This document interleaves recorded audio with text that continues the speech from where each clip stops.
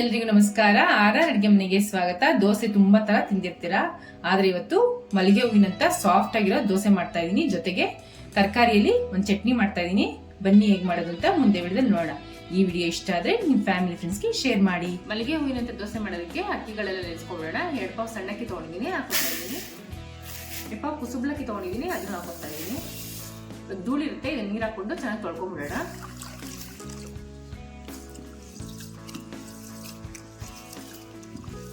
ಅಕ್ಕಿನ 2 ರಿಂದ 3 ಸರಿ ಚೆನ್ನಾಗಿ ತೊಳ್ಕೊಂಡಿದೀನಿ.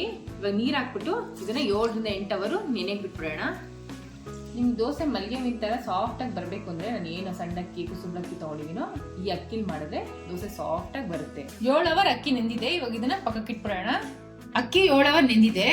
ಒಂದ್ ಬೌಲ್ ತಗೊಂಡಿದೀನಿ. ಇದಕ್ಕೆ 120 ಗ್ರಾಮ್ ಉದ್ದಿನ ಬೇಳೆ ಹಾಕೊಂತಾ ಇದೀನಿ. 120 ಗ್ರಾಮ್ ಅವಲಕ್ಕಿ ಹಾಕೊಂತಾ ಇದೀನಿ. 2 ಟೇಬಲ್ ಸ್ಪೂನ್ ಮೆಂತ್ಯ. ಇವಾಗ ಇದನ್ನ ಚೆನ್ನಾಗಿ ತೊಳ್ಕೊಂಡ್ಬಿಡೋಣ. 2 ರಿಂದ 3 ಸರಿ ಚೆನ್ನಾಗಿ ತೊಳ್ಕೊಂಡಿದ್ದೀನಿ. ಇವಾಗ ಮುಳುಗೋಷ್ಟು ನೀರು ಹಾಕ್ಬಿಟ್ಟು 1 ಅವರ್ ನೆನೆಯಕ್ಕೆ ಬಿಟ್ಬಿಡೋಣ. ಇದನ್ನ ಅವಲಕ್ಕಿ ಉದ್ದಿನ ಬೇಳೆ ಚೆನ್ನಾಗಿ ನೆಂದಿದೆ. ಇವಾಗ ಇದನ್ನ ಫಸ್ಟ್ ಉಬ್ಕೊಂಡ್ಬಿಡೋಣ. ನೋಡಿ, ಉದ್ದಿನ ಬೇಳೆನ ಮುಕ್ಕಾಲು ಉಬ್ಕೊಂಡಿದ್ದೀನಿ. ಇವಾಗ ಇದಕ್ಕೆ ಅಕ್ಕಿ ಹಾಕೊಂಡು ನುಣ್ಣಗೆ ರುಬ್ಕೋಬೇಕು. ಅದೇ ತರ ಎಲ್ಲ ರುಬ್ಕೊಂಡ್ಬಿಡೋಣ. ಇವಾಗ ನೋಡಿ, ಈ ತರ ಎಲ್ಲಾನು ರುಬ್ಬಿಟ್ಕೊಂಡಿದ್ದೀನಿ. ಇವಾಗ ಇದನ್ನ ಪಕ್ಕಕ್ಕೆ ಇಟ್ಬಿಟ್ಟು ಒಂದು ಹಿಟ್ಟನ್ನ ಮಿಕ್ಸ್ ಮಾಡ್ಕೋಬೇಕು. ಅದು ಮಾಡ್ಕೊಂಡ್ಬಿಡೋಣ. 2 ಟೇಬಲ್ ಸ್ಪೂನ್ ಮೈದಾ ಹಿಟ್ಟು ಹಾಕೊಂತಾ ಇದ್ದೀನಿ. ಇದು ಮಿಕ್ಸಿ ಜಾರ್ ನೀರು ತೊಳ್ಕೊಂಡಿದ್ದಲ್ಲ ಅದನ್ನ ಹಾಕೊಂತಾ ಇದ್ದೀನಿ ಒಂದು ಸ್ವಲ್ಪ. ಇವಾಗ ಇದನ್ನ ಗಂಟಿಲ್ದನ ಕಲ್ಸ್ಕೊಂಡ್ಬಿಡ್ಬೇಕು. ನೋಡಿ, ಮಿಕ್ಸ್ ಮಾಡ್ಕೊಂಡಾಗಿದೆ. ಇದನ್ನ ಜಸ್ಟ್ ಬಿಸಿ ಮಾಡ್ಕೋಬೇಕು. ಬಿಸಿ ಆಗ್ತಾ ಇದ್ದಂಗೆ ಸ್ಟವ್ ಆಫ್ ಮಾಡ್ಕೊಂಡ್ಬಿಡ್ಬೇಕು.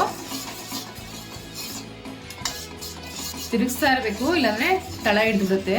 ನೋಡಿ, ಬಿಸಿ ಆಗಿದೆ. ಇವಾಗ ಸ್ಟವ್ ಆಫ್ ಮಾಡ್ಕೊಂತಾ ಇದ್ದೀನಿ. ಇದು ತಣ್ಣಗಾಗಬೇಕು. ಬಿಸಿ ಮಾಡ್ಕೊಂಡಿದ್ವಲ್ಲ, ತಣ್ಣಗಾಗಿದೆ. ಇದಕ್ಕೆ ಬೆರೆಸ್ಕೊಂಡ್ಬಿಡೋಣ. ಮೇನ್ ಇಂಗ್ರೀಡಿಯೆಂಟ್ಸ್ ಇದಕ್ಕೆ ಇದೇನೆ ನಮ್ಮ ದೋಸೆಗೆ ಸಾಫ್ಟ್ ಆಗಿ ಬರೋದಕ್ಕೆ.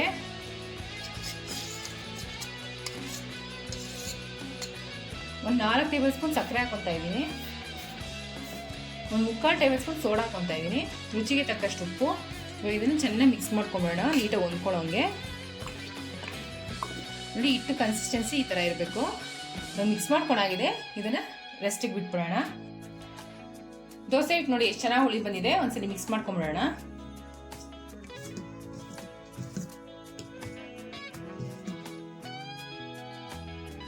ಇವಾಗ ಒಂದು 5 ನಿಮಿಷ ರೆಸ್ಟಿಗೆ ಬಿಟ್ಬಿಡೋಣ.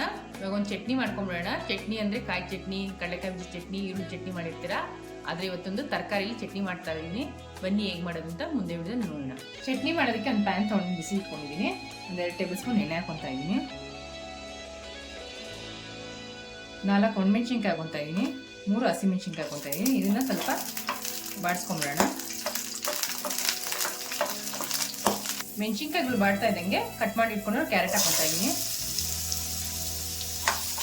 ಇವಾಗ ಇದನ್ನು ಸ್ವಲ್ಪ ಎಣ್ಣೆಲಿ ಬಾಡಿಸ್ಕೊಂಡ್ಬಿಡೋಣ.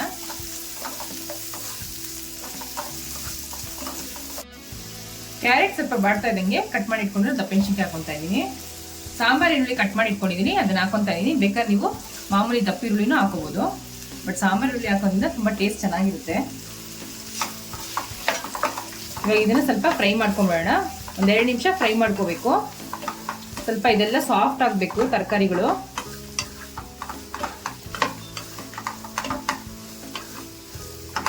ತರಕಾರಿಗಳೆಲ್ಲ ಚೆನ್ನಾಗಿ ಬಾಡಿದೆ. ಇವಾಗ ಸ್ಟವ್ ಆಫ್ ಮಾಡ್ಕೊಂಡ್ಬಿಡೋಣ. ಇವಾಗ ಇದನ್ನ ತಣ್ಣಗಾಗಿ ಬಿಟ್ಬಿಡೋಣ. ಉರ್ದಿಟ್ಕೊಡೋ ತರಕಾರಿ ಎಲ್ಲ ತಣ್ಣಗಾಗಿದೆ. ಒಂದು ಮಿಕ್ಸಿ ಜಾರ್ ತಗೊಂಡು ಅದಕ್ಕೆ ಹಾಕೊಂತಾ ಇದ್ದೀನಿ.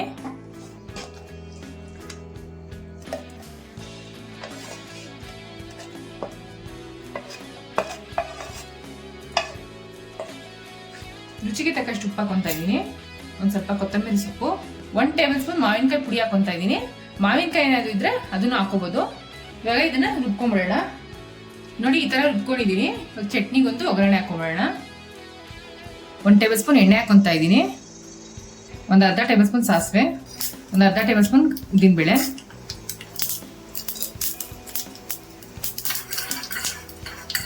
ಉದ್ದಿನಬೇಳೆ ಸ್ವಲ್ಪ ಕೆಂಪಾಗಬೇಕು. ಚಟ್ನಿ ತಿನ್ನಕ್ಕೆ ತುಂಬಾ ಚೆನ್ನಾಗಿರುತ್ತೆ ಉದ್ದಿನಬೇಳೆ. ಇವಾಗ ಸ್ಟವ್ ಆಫ್ ಮಾಡ್ಕೊಂಡ್ಬಿಡೋಣ. ಆಗಿದೆ. ಇವಾಗ ಒಂದು ಸ್ವಲ್ಪ ಹಿಂಗೆ ಹಾಕೊಂತಾ ಇದ್ದೀನಿ. ಸ್ವಲ್ಪ ಕರ್ಬೇವಿನ ಸೊಪ್ಪು.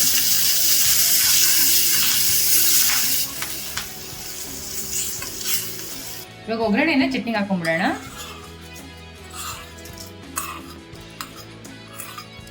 ತರಕಾರಿ ಚಟ್ನಿ ರೆಡಿ ಆಗಿದೆ. ಇವಾಗ ಹೆಂಚ್ಕಾಗಿದೆ, ಇವಾಗ ದೋಸೆ ಹಾಕೊಂತ ಇದ್ದೀನಿ.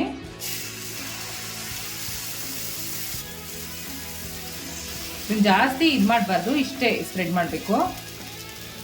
ಸ್ವಲ್ಪ ಎಣ್ಣೆ ಹಾಕೊಂಡ್ಬಿಡೋಣ.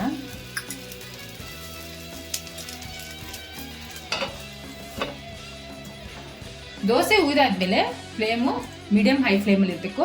ಮುಕ್ಕಾಲು ಬೆಂದಾದ್ಮೇಲೆ ಲೋ ಫ್ಲೇಮ್ ಮಾಡ್ಕೋಬೇಕು. ಅವಾಗ ದೋಸೆ ಮೇಲೆ ಕ್ರಿಸ್ಪಿ ಆಗಿರುತ್ತೆ, ಒಳಗಡೆ ಸಾಫ್ಟ್ ಆಗಿರುತ್ತೆ.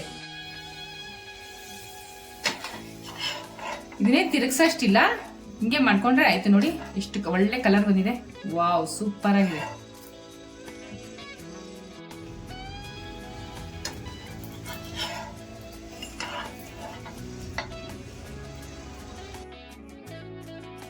ಮಲ್ಲಿಗೆ ಹೂವಿನ ದೋಸೆ ತರಕಾರಿ ಚಟ್ನಿ ರೆಡಿ ಆಗಿದೆ. ಟ್ರೈ ಮಾಡಿಬಿಟ್ಟು ಹೇಗಿತ್ತು ಅಂತ ಕಮೆಂಟ್ ಬಾಕ್ಸ್ ಅಲ್ಲಿ ತಿಳಿಸಿ. Thanks for watching our video.